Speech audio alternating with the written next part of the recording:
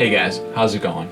My name's John, and lately my YouTube channel has focused on gear reviews, tutorials, demos, but today I wanted to switch things up a bit. I wanted to throw something new into the mix, and I thought I would make a video about songwriting. In this video, I want to show you 5 tips to write better songs, not tomorrow and not next year, but today. So, let's do it. All right guys, tip number 1, cut out unnecessary material. Also known as cut the crap.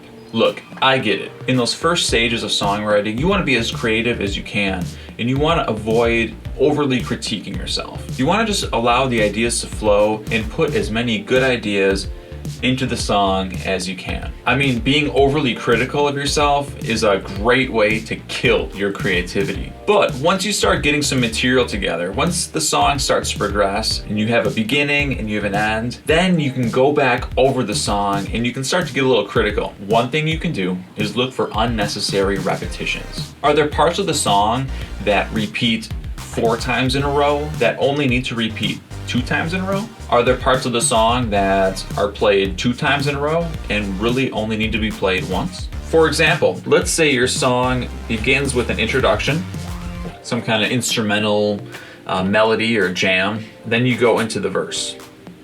Well, how many times do you play your introduction? How many times do you repeat that melody or repeat the phrase? Do a little experiment. Take your intro, cut it in half, and see, does the song still hold up? Does it still work with just half the intro? If not, then keep it. But I will say, if you have a long introduction, it starts off with just a drum beat, and then a guitar comes in, and then another guitar comes in, and then the keyboards come in, you might lose your listeners before the song really gets going. I mean, it worked for Smoke on the Water, but it might not work for everything. Going back to our song example here, let's say each time you play a chorus, you follow it up with another intro. The first thing I would ask is, do you even need to play the intro again after the chorus? I mean, sure, there's a lot of songs out there that play the introduction again after each chorus, and it works out pretty well. But I would say try a little experiment. If you do follow your choruses up with an introduction, try skipping the introduction and just jumping straight into the verse. If that doesn't work and you absolutely need that introduction after each chorus, are you able to play it at least half as many times as you did at the beginning of the song? I mean, after all, the listener already heard that introduction 4 times, 2 times, 6 times at the beginning of the song. They probably don't need to hear it that many times ever again in the song. Just a small taste of it is all they really need. Also, does your song end with a million choruses and look something like that? Try cutting the amount of choruses at the end in half, or even just 2 choruses at the end of the song. Each time the listener hears a new repetition of the same part, they're gonna zone out more and more because they've already heard it.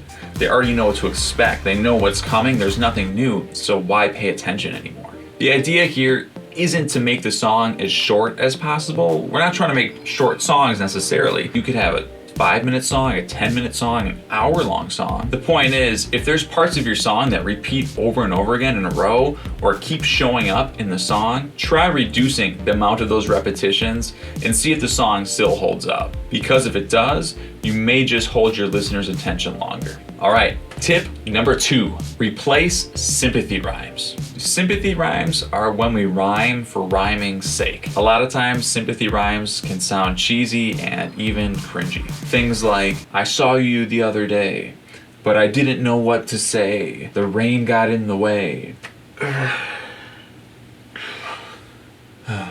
And you just know that the songwriter is really only writing lyrics because they rhyme with one another. In those early phases of songwriting, when you're just trying to get ideas pulled together, sympathy rhymes are probably the first rhymes that come to your head. Once you get some material put together, go back through and look for those sympathy rhymes. Try to come up with some unexpected rhymes that'll really surprise the listener and re-engage them with the song. When I'm listening to a song that I've never heard before and I can predict what word is going to come next based on sympathy rhymes, I really start to doubt whether or not the song has any real meaning or not. Okay, tip number 3, contrast. When we're listening to music, our ear gets acclimated to certain things in the song. We get used to the pitch level, we get used to the volume level, and so a song can sound really good at first, and then as we just get accustomed to how the song sounds,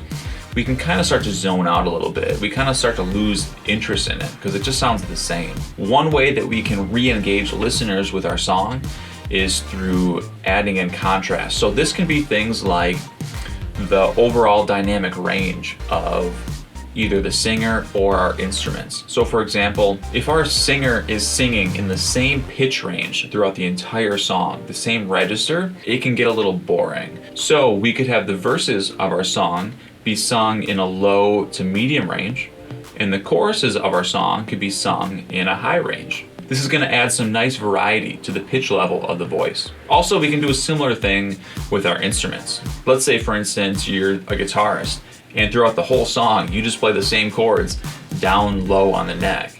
Well, could you find parts of the song where you could jump up an octave and you could transpose those chords higher up on the neck? Also, are there ways to add variety with different textures or different timbres in the song? If you're playing with a band, do all the instruments play together at the same time throughout the entire song? Or are there opportunities for certain instruments to drop out and then join back in later? For instance, the bridge of the song, maybe everything kind of drops down and some of the instruments in the band drop out. Then they can join back in as the bridge progresses and builds up, and then everyone can join back in for the following chorus. This way, the listener isn't just hearing the same combination of sounds throughout the entire song. Instead, they're hearing these changes throughout the song that keeps them listening. All right, we're on tip number 4.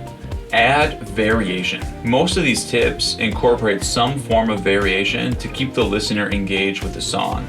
But in this tip, I specifically want to look at how we can use variation in regards to the arrangement of the song. So going back to tip number 1, I said cut those repeats down. But we can get to a point where we feel like we can't cut any more repetitions out without diminishing the actual song. And by using variation, we can actually use those repetitions to our advantage. So let's say your song ends with a series of 4 choruses all in a row. The first 2 choruses in that series could be played just like normal. Then we could add some variation to the last 2 choruses so that they sound new and fresh. So some things that we could do. We could add in some new instruments. We could add in a counter melody with another vocalist. The drummer could change up their drum beat to either double time or half time to change up the feel of those choruses. Also, we can use variation to play with the listener's expectation of where our song is going to go. For example, if our song went from verse 1 into a chorus, by the time we get to verse 2, our listener is probably going to expect we're going to go into another chorus. What if instead of going straight into another chorus, what if we went to a pre-chorus? What if we added a small section of music that was new to the song, a little build-up leading into the chorus? This would add something new to the song to pique the listener's interest. Or what if we took that pre-chorus and we put it after verse 1 and left it out after verse 2? That way, the listener hears verse 1, pre-chorus, into a chorus, and then by the time we get to verse 2, the listener's going to be expecting that pre-chorus again. But we cut it out, go straight into the next chorus, and we keep the momentum and energy level of the song rolling. We can also add variation to the lyrics. For example, a lot of times in songs, the lyrics of the chorus will stay the same on every chorus. What if we changed up 1 or 2 of the lyrics in some of those choruses, just to kind of catch the listener off guard? All the choruses may seem the same at first, but those little changes to the lyrics make each chorus mean a slightly different thing and can even cast a different tone and different meaning to each chorus. It's a really cool effect. Okay guys, we made it. Tip number 5, memorable moments. Memorable moments could be something like a reoccurring hook, like a certain melody or phrase. We could have a really dramatic moment in our song. Let's say we enter the bridge of our song and everything drops out and everything gets really quiet and subdued. And then as the bridge goes on, let's say more instruments are joining in and the beat gets more intense and it builds and it builds and it builds and it keeps building. And just at the climax of it, we do a big cut and we have a beat or 2 of silence, and then we drop in with a big chorus. to finish off the song. That could be a big, dramatic, memorable moment. We could also have shows of virtuosity. It could be an instrumental solo, it could be a vocal run, tasteful licks and fills, things like that. They're just gonna stand out and just continue to keep the listener engaged with the song. All these tips can really be summed up into one idea, and it's really just keep the listener engaged. This is really about cutting out the dull repetitions, replacing the distracting lyrics, and just allowing the listener to become absorbed and lost in the music. Well, that's all I got for you guys today. If you found this video helpful or insightful in any way, please hit that like button and be sure to subscribe to the channel if you haven't yet. And until next time, see you guys later.